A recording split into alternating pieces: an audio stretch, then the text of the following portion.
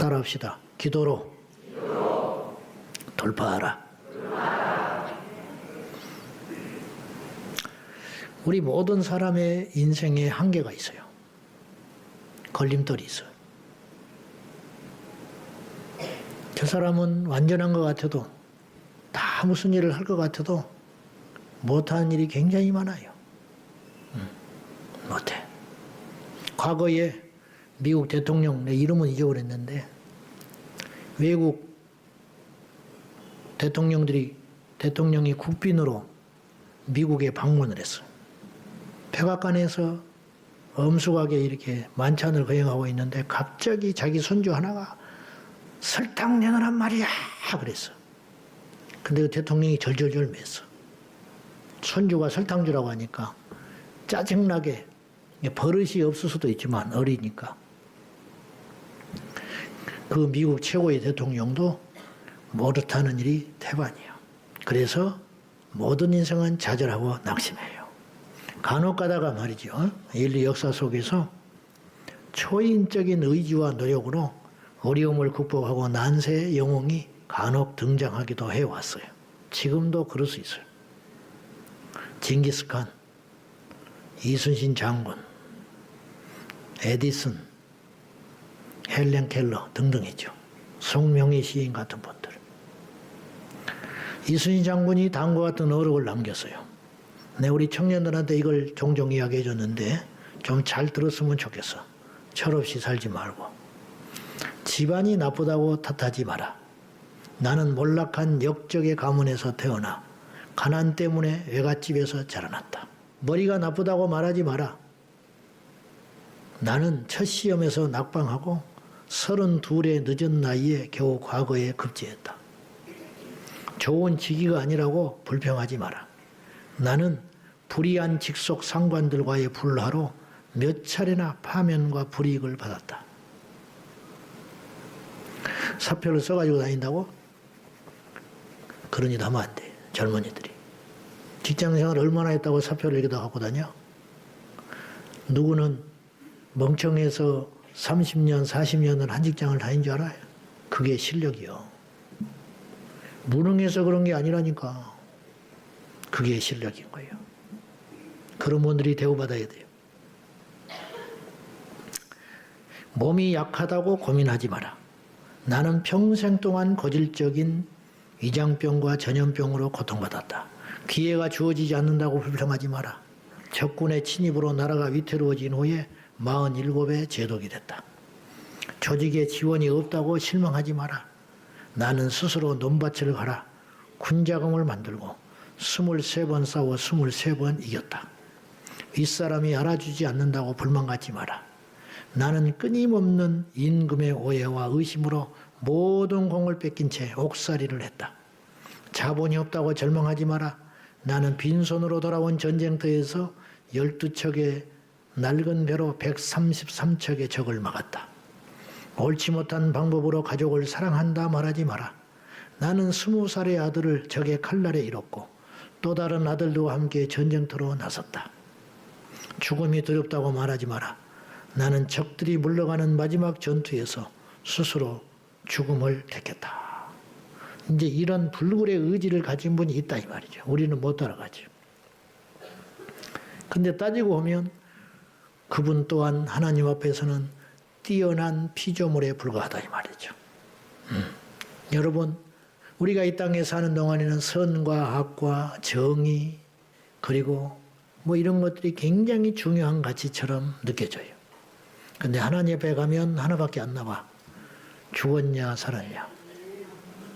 너의 영혼은 죽었냐 살았냐. 그거 하나밖에 안 남은 거예요. 자, 우리 성로된 우리들은 역시 우리들도 인생의 수많은 난제와 장애물을 갖고 있어요. 여러분들이 다 근심이 한가득해요. 여기 마음 편해서 오는 사람 없어요. 크고 작고 정도의 차이만이지 모두 다 가슴 한구석에 묵직한 것을 달고 이 자리에 왔어요. 그렇죠, 여러분? 왜 예수를 믿는데 하나님은 그걸 해결하지 않을까? 이유가 있어요. 하나님은 그걸 해결하러 오신 분이 아니에요. 하나님은 생명을 주러 오셨어요. 그것 때문에 풍랑을 만나서 배가 빨리 가고, 풍랑이 일어서 요새 우리나라에 태풍이 안 오잖아요. 그게 좋은 일이 꼭 아니에요. 태풍이 와서 재산 피해 어쨌다 저쨌다 하잖아요. 그것과는 비교할 수 없는 엄청난 이득이 있어요. 바다가 한번 뒤집어지면 물고기가 몰려오고 그 자연이 다시 새롭게 되는 거예요. 그건 상상할 수 없는 이득이 있어요. 겨울이 춥다고 불평하면 안 돼요. 겨울은 추워야 돼요. 겨울이 추움으로 그 다음에 풍년이 오는 거예요. 무슨 말인지 알겠어요? 그거. 추우면 싫지. 그러나 겨울이 춥지 않으면 죽는다니까. 추울 때는 추워야 돼요. 우리들도 그렇게 수많은 어려움과 난제들이 있어요. 지금도 병원에 계신 집사님이 계시고, 생사를 오가는 우리 교회 식구들이 있어요. 부도 직전에 있는 사업이 있는 분도 있고, 자식이 뜻대로 자라지 않아서 교회 청년들 와서 찬송하고 차례 때 와서 방언하고 기도하는 것만 봐도 부러워서 미쳐버리는 사람이 이 자리에 있어요. 온 가족이 예배하는 걸 보고 청년들이 홀로 외롭게 교회를 다니니까 부모의 구원을 위해서 기도하면서 눈물 짓는 우리 청년들도 이 자리에 있어요. 그러나 우리는 불평할 수 없어요. 하나님께서 그 모든 걸 통해서 선을 이루시기 때문이죠. 우리가 이처럼 난제와 장애물이 있는데, 그렇다면 어떻게 우리가 이 문제, 한계를 극복하고 돌파할 수 있을까? 자, 문제는 수백 수천 가지예요. 가난하고 아프고 슬프고 관계가 힘들고 우울하고 뜻대로 안 풀리고 잠이 오지를 않고 직장에서도 원수가 기다리고 있고, 그렇게 수없이 문제는 수천 수백이지만은 답은 하나예요. 그건 뭐냐? 우리가 수많은 선택의 갈림길에서 결국은 인생의 끝자락에서 마주하게 되는 현실은 둘 중에 하나지요. 그래요, 안 그래요? 알고 계세요? 우리 인생 끝자락에서 마주하는, 아까 내가 말했다시피 하나님 앞에 섰을 때 인생 끝자락에서 마주하는 건 선도 아니고 악도 아니고 착함도 아니고 뭐 윤리나 도덕이나 상식 그런 거 아니에요. 그건 뭐냐? 생과 사밖에 없어요. 그것을 마주하게 되는 거예요. 그거. 그리고 그것을 보장받는 것은 뭐냐? 믿음. 그러니까 다 잃어버려도 믿음만 붙잡고 있어야 돼요. 물론 믿음도 있고 다른 것도 있으면 좋죠. 근데 좋다니까요. 아브라함이 믿음도 있었고 복도 받았잖아요. 좋아요. 그게 나쁜 게 아니라고. 근데 그 중에 마지막까지 지고 버티는 게 뭐여야 되냐? 믿음이어야 한다. 믿음. 다른 사람이 뭐 박수치고 뭐 존경하고 근데 믿음이 없어. 그럼 아무 필요 없는 거예요. 그게. 멸시받고 천대받고 그리고 너무너무 힘든 인생의 여정을 살았다 할지라도 제가 절대 등 따시고 배불러서 이런 소리 하는 거 아니에요. 그게 사실이니까. 그래도 너무 힘들고 어려워도 하나만 내 손에 붙잡을 수 있다면 그 인생은 승리하는 인생이라. 그게 뭐냐? 믿음이다. 믿음. 그거밖에 없어요. 그리고 이 믿음의 표현, 그리고 믿음의 강화, 어떻게 하면 믿음을 갖는다든지, 어떻게 하면 믿음을 더 강력하게, 세상이 점점 거세지니까요. 옛날 정도의 수준을 믿어가지고는 안 돼요. 세상이 이만큼 강해졌으니까 우리의 믿음도 이만큼 강화돼야 평균 똔똔 상대가 된다 이 말이에요. 근데 우리 믿음은 여기에 있어. 근데 세상은 점점 세지잖아요. 못 이겨. 물론 세상이 세진 것보다 우리의 믿음이 더 강화되면 세상을 압도하겠지만은 현실적으로 그것이 쉽지 않다면 최소 세상이 이만큼 세지고 강해지고 집요해지고 더러워지고 교활해지는 만큼 우리의 믿음도 거기에 발맞춰서 이 정도 가야 된다. 그래야 무승부야, 무승부. 그래야 버티는 거지요. 이게 안 되면 무너지는 거죠. 자, 그리고 이 믿음의 강화는 무엇으로 이루어질 수 있느냐? 오늘 우리가 주제로 삼고 있는 기도. 기도에서 믿음이 온다 이 말이죠. 여러분, 기도 없이 무슨 믿음이 생기겠어요? 기도하면 이기는 이유가 믿음이 강화되기 때문에 이기는 거예요. 마가복음 9장 23절 말씀 다 같이 시작. 예수께서 이르시되 할 수 있거든이 무슨 말이냐? 믿는 자에게는 능히 하지 못할 일이 없느니라. 할 수 있다고 말하지 마라. 아들이 귀신 들렸는데 못 고쳐요. 제자들이 못 고쳐. 예수님께 가지고 왔어요. 예수님이 내려오시니까 할 수만 있으시면 내 아들 좀 고쳐주세요. 그냥 무심코 그런 말 하는 거예요. 그런 말 할 수 있잖아요. 하실 수 있으면 좀 고쳐주세요. 우리도 그럴 수 있어요. 근데 예수님은 그 말을 그냥 넘어가지 않았어요. 무시받았다는 뜻이 아니라 네가 나를 무시하는구나 그런 뜻으로 말씀하신 게 아니라 네가 말하는 내용 안에 믿음이 없다 이거예요. 그렇게 말하면은 안 된다 이 말이에요. 할 수 있거든 이라고 의심하지 마라. 그러면서 예수님은 자기한테 던진 말씀을 그에게 다시 던졌어요. 그러니까 이 말이 어폐가 있는 거예요. 예수님 말씀이 무슨 말이냐? 예수님한테 할 수 있거든 고쳐주라고 했잖아요. 그러면 할 수 있거든이 무슨 말이야? 내가 고칠 수 있어. 그렇게 말하셔야 되는데 보통이 그리 대화가 돼야 되는데 예수님은 당신은 빼버리고 뭐라고 그랬느냐? 할 수 있거든이 무슨 말이야? 믿는 자에게는 능치 못할 일이 없어. 나한테 답이 있는 게 아니고 너희한테 답이 있는 거야. 너희한테 풀 수 있는 열쇠가 있는 거야. 나는 한결같아. 그 말이에요. 우리 하나님은 우리 예수님이 능력이 없어지겠어요? 우리 예수님이 누구만 이뻐하고 누굴 미워하겠어요? 예수님은 항상 한결같이 아침에 뜨는 해처럼 일정하니. 그렇잖아요?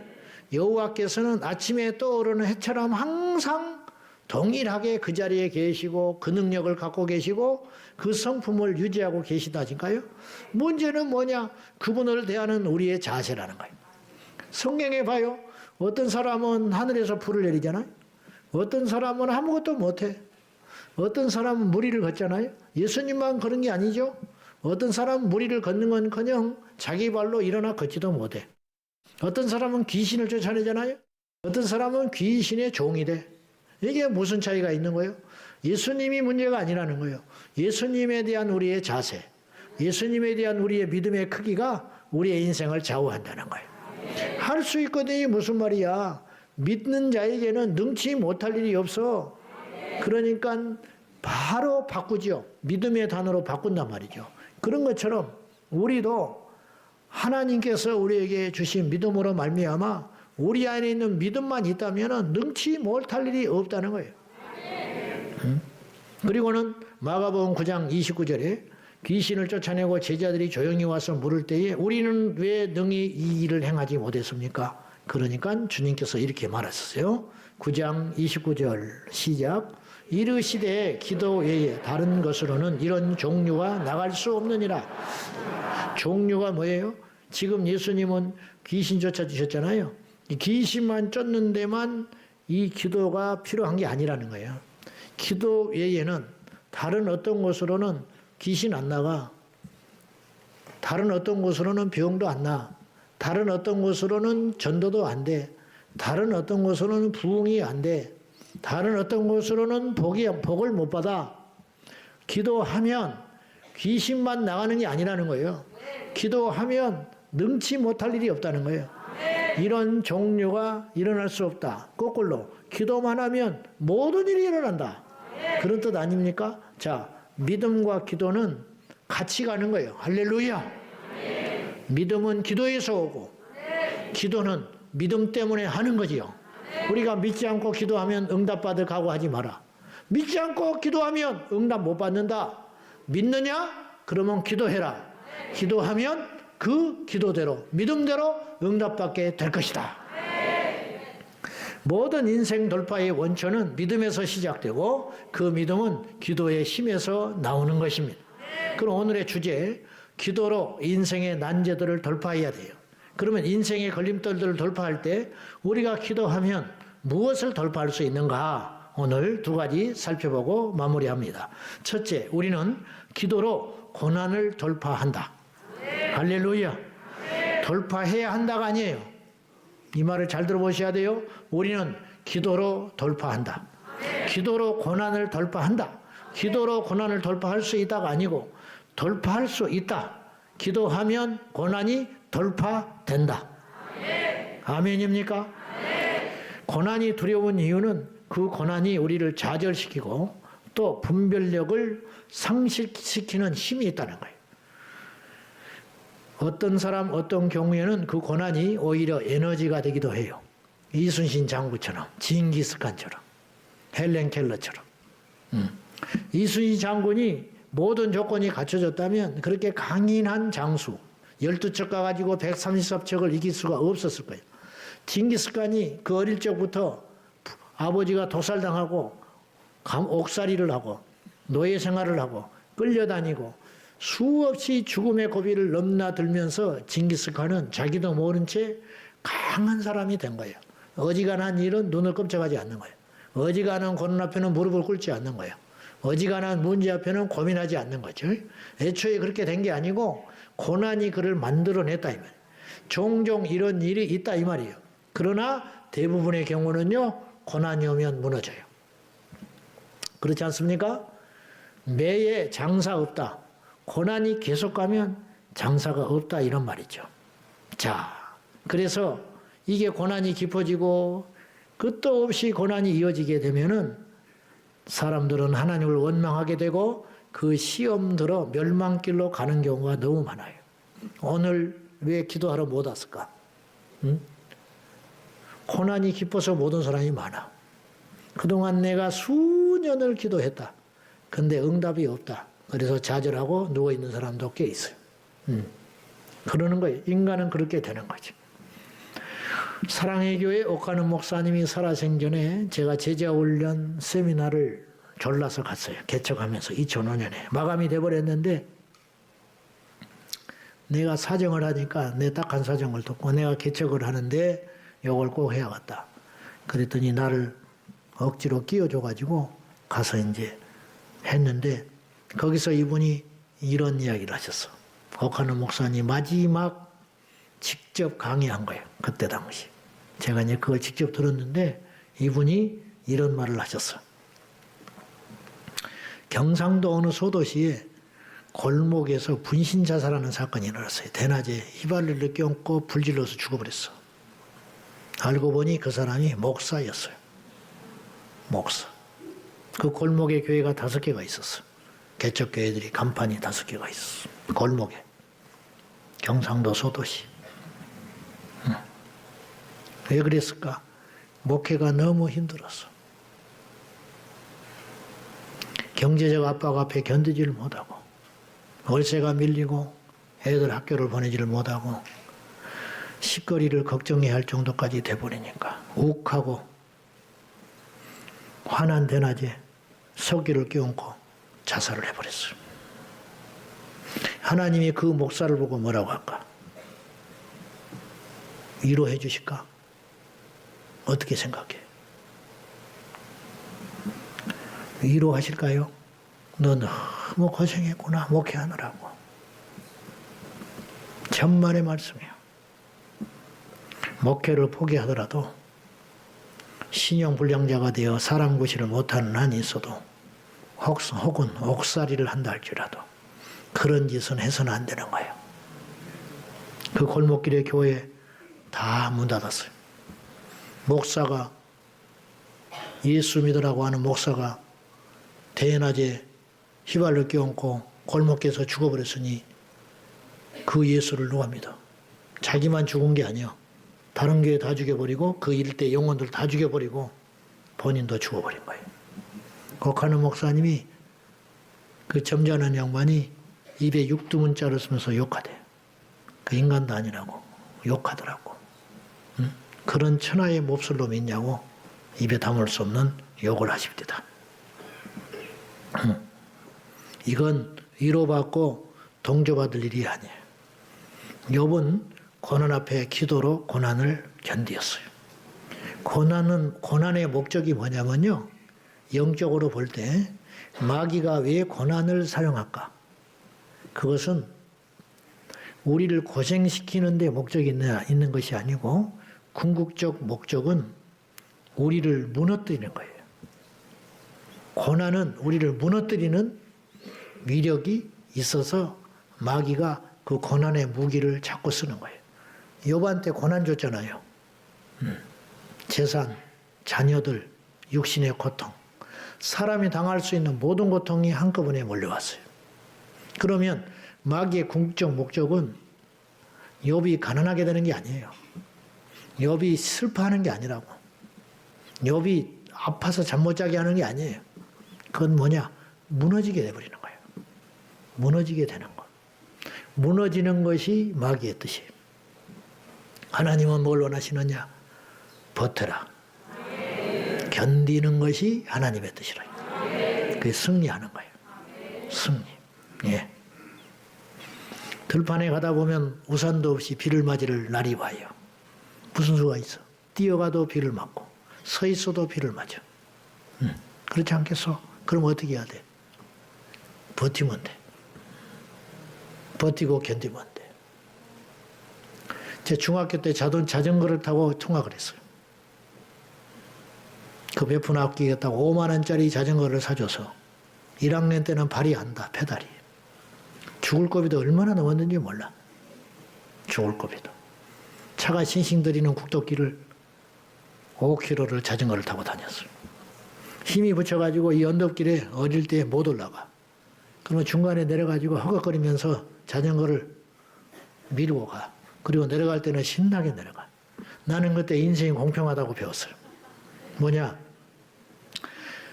학교 통근할 때 올라가서 이렇게 쭉 내려가잖아요. 올라가면 조금만 올라가면 이제 페달 안 밟고 한 1km는 그냥 가는 길이 나와. 근데 끝나고 집에 올 때 반대잖아. 그럼 저쪽에서 또 허덕허덕 올라오면 이 내리막길에 또 올 수 있어. 집까지 편안하게 올 수 있어. 그래서 나는 일찍이 인생을 배웠어요. 자전거 타면서. 근데 비가 올 때가 있어요. 자전거를 타고 가는데 비가 올 때가 있어요. 학교를 가야 돼. 우산을 어떻게 쓰고 자전거를 가? 그냥 비 맞고 가는 거야. 비 맞고 가다 보면 어느 때는 비가 중간에 그치고 해가 날 때가 있어요. 그러면 막 타고 가면 학교 도착하면 교복이 다 말라 있어요. 그 바람에 햇볕에 그렇게 되는 거예요. 자, 비가 쏟아지는 광야에서 비를 만나면 다른 방법이 없어요. 그건 뭐냐? 서서 버티는 거야. 버티면 해 뜰 날이 와요. 우리에게 해 뜰 날은 천국 가는 날이에요. 이 땅에서는 문제가 해결될 수도 있고 안 해결될 수 있다니까요. 성경에요. 믿음으로 견디고 살았는데 이 땅에서 열매를 본 사람도 있고 죽을 때까지 고난만 당하다가 죽은 사람도 있어요. 그렇죠. 그러면 누가 잘못해서 그런 거냐? 그렇지 않다니까요. 중요한 건 이거예요. 고난의 파도를 넘겨가지고 믿음으로 버티다가 다시 회복돼도 믿음 있는 사람이고, 고난을 죽을 때까지 겪었지만 마지막까지 주님 붙잡고 살았던 사람도 믿음 있는 사람이에요. 그러니까 그 믿음 가지고 천국 가서 영원히 영생 복락 누리고 사는 거예요. 그러면 천국 가면 누가 더 상이 크겠어요? 고난 중이지만 버텨서 승리한 자가 주님의 위로받고 천국에서 엄청난 상을 받는 거죠. 할렐루야. 근데 그걸 버티려면 어떻게 해야 된다? 기도해야 된다. 기도. 우리 집사님 병원에 지금 암 투명하고 있는 분이 계시. 웬만하면 오늘 나왔을 거예요. 근데 원망하고 낙심하지 않아요. 그 딸이 지난 25일 성탄 전야축제 때 있더라고. 여기저기 일하고 다니더라고.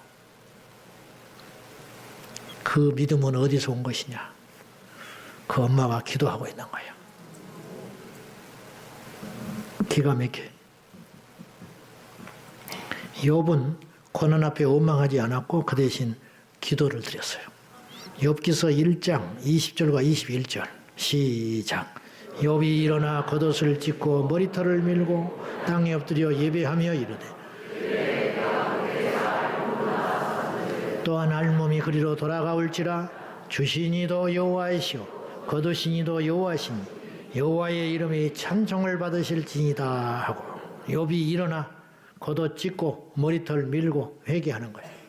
땅에 엎드려 예배했어요. 예배. 무너진 집터에서 자식 죽어버리고 마누라 떠나버리고 병든 몸을 가운데 엎드려 예배했다고 성경에 나와요. 예배했어요. 내가 모태에서 알몸으로 나왔어 어차피. 근데 지금 알몸 다시 됐어요. 모태에서 나올 때 돈 한 푼 없었고 모태에서 나올 때 옷 하나 걸친 것도 없었고 모태에서 나올 때 자기 새끼 하나도 없었어. 그 상태로 돌아간 것뿐이에요. 그러니까 주신 분이 하나님이니까 거두신 것도 하나님이요. 그러니 주님의 이름이 찬송 받으시옵소서. 기도한 거예요. 기도. 찬송 받으소서 기도했잖아. 기도.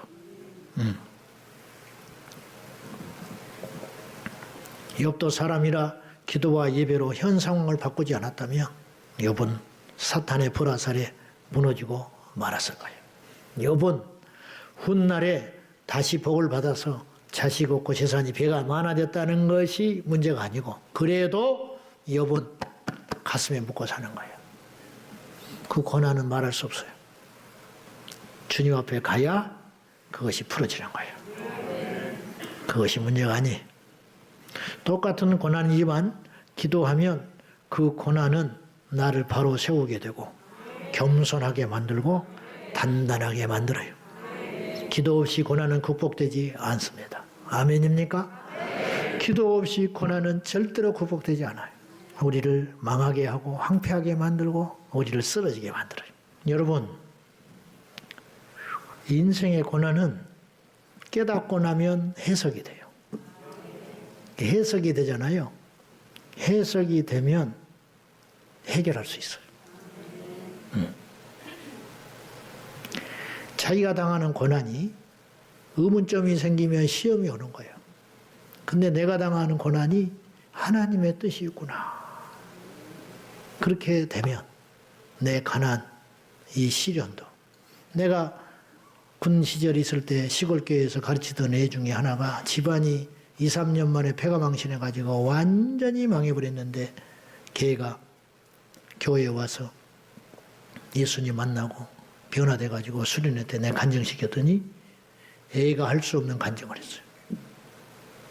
중학교 3학년짜리가 이제서 하나님 뜻을 알겠대. 나이가 문제가 아니야. 그리고 그 고난이 해석되니까 하나님을 만나더라고. 그리고 그때부터 그의 인생은 달라졌어요. 지금 장로 됐어요. 장로. 종종 나한테 연락이 와요. 모세는 광야 40년 고난으로 이스라엘의 지도자가 됐어요. 삼손은 엄청난 하드웨어를 갖고 태어났어요. 천하무적. 역사상 그처럼 복받고 태어난 인생도 드물어요. 솔로몬과 더불어 솔로몬은 머리에 지력을 갖고 태어났고 삼손은 몸에 체력을 갖고 태어난 거예요. 그거 굉장히 중요한 거예요. 근데 삼손에게 있어서 결정적인 것이 있어요. 그에게는 사실은 자기의 죄의 결과로 고생을 했지만은 고난은 없었어요. 고난 당할 일이 없어요. 그냥 때려 부셔버리면 되니까. 그래 안 그래? 도망갈 이유가 없어. 다윗처럼 뭐 굴 속에 숨어 있을 이유가 없어요. 때려 부셔버리면 되는데 왜 굴 속에 숨어 있어? 낙이 턱뼈로 몇천 명을 죽여버리는데. 안 그래요? 응? 뭐가 무서워? 그러면 거꾸로 다윗의 믿음이 그런 힘을 가졌다면 어마어마한 능력을 가졌겠죠. 어마어마한 일을 할 수 있었겠죠. 근데 어찌 보면 하나님은 공평하신 분이라 삼손에게 그런 엄청난 힘과 능력을 주신 대가였는지 모르지만 삼손은 그걸 관리를 잘못한 거예요. 그래가지고 비참하게 누나를 뽑혀가지고 부끄럽게 죽고 마는 거예요. 그것이 바로 삼손은 역설적으로 그 엄청난 걸 갖고 태어났기 때문에 인생을 철없이 살아요. 철없이 살고 허비하지 않습니까? 어떠세요? 좀 답답하지 않아요? 사사기 읽으면 어찌 이런 인간이 있을까? 정말 답답하다. 어찌 이런 놈이 있는가? 이렇게 분별을 못하고 세상에 세상에 이런 어리석고 멍청한 놈이 있을까? 한 번, 두 번도 아니고 말이죠. 답답하죠. 깝깝하죠. 안 돼요. 근데 본인이 그러고 싶어서 그러는 게 아니라 안 돼. 안 되는 걸 어떻게? 기도가 안 되고 분별이 안 되고 하나님 앞에 예배가 안 되고 안 되는 그런 생각이 안 드는 걸 어떻게 하겠어요? 안 되는 거예요. 저의 이야기하는 것을 용납하십시오.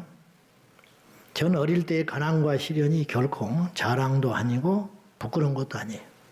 예수님을 안 믿었으면 나는 숨기려고 했을 거예요. 그러나 나는 예수님을 만났기 때문에 그것이 부끄러운 것도 아니고 자랑한 것도 아니에요. 그냥 그런 일이 있었다는 걸 이야기하는 것뿐이에요. 저의 어릴 때의 가난과 시련이 예수 안에 들어오면서 해석이 됐어요. 해석. 저는 초등학교, 국민학교 다닐 때 저희 집이 식당을 했기 때문에 설거지를 무지무지 했습니다. 밀걸레 자루를 보면 지겨워서 지금도 만지기가 싫어요. 바닥을 너무 닦아대서. 초등학교 때.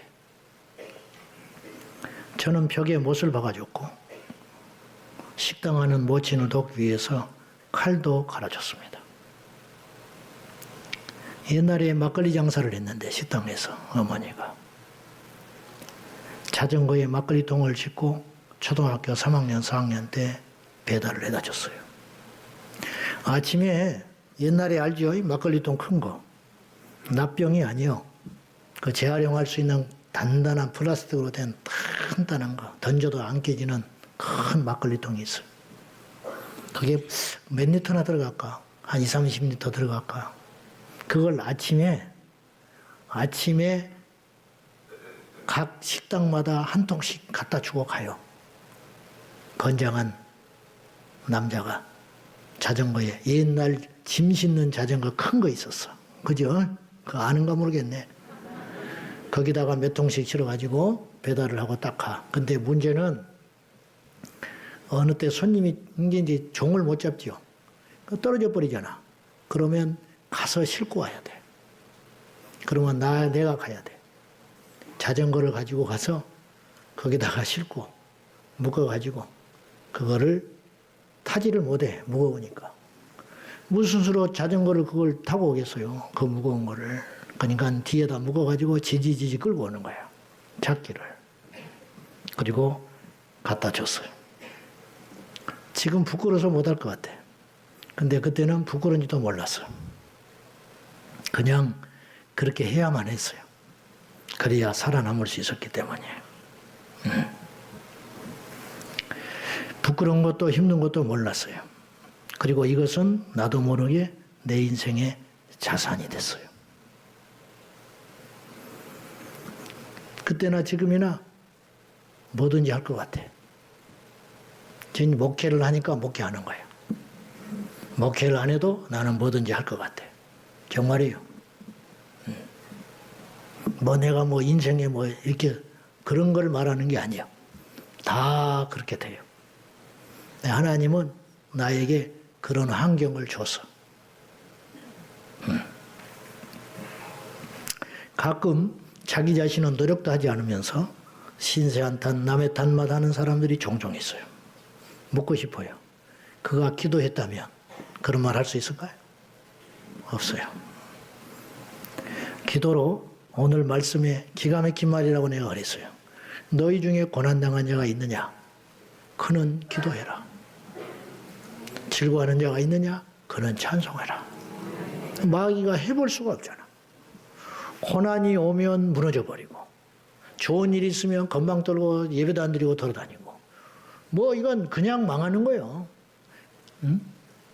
마귀가 손댈 필요도 없어요. 스스로 가는 거야. 지옥을 향하여 가는데 뭐 고난이 오면 주춤거리고 원망하고 주저앉아버리고 뭐 좀 짱하니 좋은 일 있으면 막 헤헤거리면서 세상 돌아다니면서 탕자처럼 방황하고 다니고 뭐하러 건드려? 그냥 놔둬도 멸망길로 가고 있는 거를. 근데 고난이 오면 기도를 하고 어쩌다 좋은 일이 생기면 하나님께 감사하고 이거 뭐 마귀가 해볼 수가 있어야지. 뭐 틈이 있어야 건들지. 뭐 건드려서 넘어져야 뭘 건들 맛이 있지. 그러니까 승리하게 되는 거예요. 자, 고난이 오면 기도하자고요. 목사님 말이 쉽지 그게 됩니까? 어려우니까 해야지. 하니까 가치가 있는 거지요. 쉬우면 성경에서 하라 했겠어요? 쉬운 거는 하라 한 말도 안 해요. 그냥 놔두고 그냥 그대로 본능적으로 사는 거야. 아무것도 안 하면 지옥 가는 거예요. 기도해야 천국 가는 거야. 아무것도 안 하면 멸망길로 가는 거예요. 예배해야 천국 가는 거예요. 할렐루야. 두 번째로 기도로 한계를 돌파하는 거예요. 즉 외부의 한계와 내부의 한계를 극복하는 거예요. 성경 안팎에서 초인적인 인물들, 사람의 능력과 한계를 뛰어넘는 기적을 행한 모든 자들은 종종 등장할 때 그들도 우리처럼 인간적 약점을 가졌다는 걸 알 수 있어요. 야고보서 오늘 저희가 읽었는데 5장 17절에 뭐라고 그랬느냐. 엘리야는 시작. 엘리야는 우리와 성정이 같은 사람이로되 그가 비가 오지 않기를 간절히 기도한즉 3년 6개월 동안 땅에 비가 오지 아니하고 여기서 우리는 희망과 절망을 동시에 보는 거예요. 엘리야가 우리와 똑같은 성정, 우리처럼 똑같이 힘들 때는 좌절할 줄 알고 좋을 때는 팔랑개비처럼 날뛸 줄 아는, 밥을 안 먹이면 배고프고 누가 비난하면 잠을 못 자고 친구 앞에서는 우호적이고 원수 앞에서는 얼굴이 굳어지는 우리와 같은 똑같은 성정을 가진 사람이었다. 이것이 우리에게 뭘 의미하느냐. 우리에게 희망과 낭망을 동시에 준다. 무슨 말이냐면 이런 사람도 하나님 앞에 기도했더니 하늘의 문이 열고 닫는 엄청난 역사를 이뤘다는 점에서 우리가 희망을 발견하는 것이고, 왜 우리가 절망하고 우리 스스로를 자책하는 거냐면 그런 우리와 똑같은 엘리야가 그런 일을 했는데 왜 우리는 못하고 있냐 이거. 어떻게 똑같이 그 하나님, 아브라함의 하나님, 이삭의 하나님, 야곱의 하나님, 우리 하나님이 똑같은 하나님인데 예수 그리스도는 어제나 오늘이나 영원토록 동일하다고 약속하셨는데 어째서 우리는 그는 하고 우리는 못하냐 이거. 우리와 똑같은 사람인데 희망이 있고 절망이 있다 이거. 희망이라는 건 뭐예요? 그도 했다면 우리도 할 수 있다. 절망은 뭐예요? 그분을 했는데 왜 우리는 못하고 있냐 이거예요. 네? 이 차이점을 발견하고 틈을 메꿔야 된다 이 말이에요. 무엇으로? 믿음으로. 무엇으로? 기도로 돌파하고 메꿔야 한다 이 말이에요. 고린도후서 11장 28절에서 30절 시작. 이 외에 일은 고사하고 눌리는 일이 있으니 곧 모든 교회를 위하여 염려하는 것이라. 누가 약하면 내가 약하지 아니하며 누가 실족하게 되면 내가 애타지 아니하더냐. 내가 붓엎을 자랑할진대 내가 약한 것을 자랑하라. 바울이 당한 고난을 막 이야기해요. 자기가 내가 이러한 고난과 시련과 어려움을 겪었다. 근데 그런 일은 내가 다 고사한다. 그런 거는 뭐 더 말 안 할란다. 내가 내 숙명이니까. 그런 일은 다 집어치고도 내 안에 눌리는 일이 하나 있어. 밥을 먹어도 길을 가도 가만히 있어도 좋아도 나빠도 내 안에 확 눌리는 근심거리가 있다. 교회를 위한 염려. 교회가 무너질까 걱정하는 거 아니라 그 교회에 다니는 성도들에 대한 염려. 그것 때문에 내가 죽었다. 누가 약하면 내가 약하지 않냐. 누가 실족하게 되면 내가 애타지 아니하더냐. 무슨 말이에요?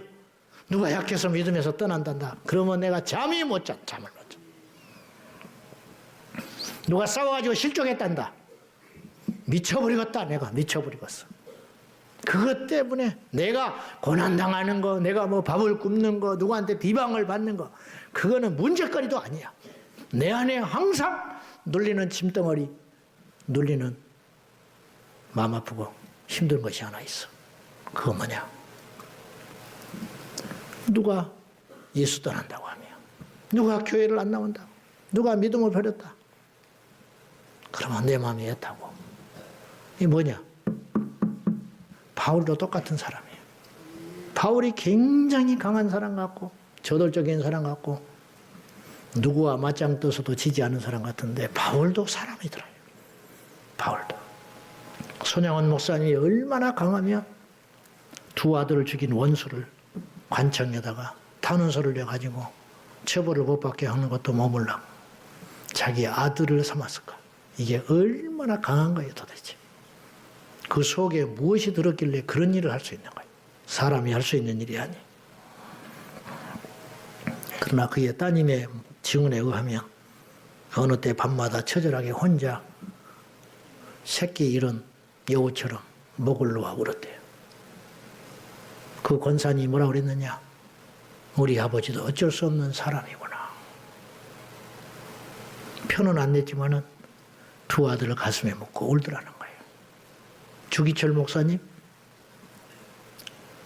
얼마나 세길래 옥에서 그 순교를 했겠어요. 마지막 면회 갔을 때 추운 겨울날 덜덜 떨면서 주 목사님이 이렇게 말했어. 여보, 따뜻한 숭늉 한 그릇 먹고 싶네. 그랬어요. 그걸 못 먹고 가셨어요. 그도 사람이에요. 그게 마지막 유언이에요. 뭐 기가 막힌 소리 한 것 같죠. 일사하고 주님 사랑. 나는 목에 칼이더라도 예수 떠날 수 없네. 그랬을 것 같죠. 아니야. 임자가 해주는 따뜻한 숭늉 한 그릇 먹고 싶네. 옥에서. 그 말하고 갔어요.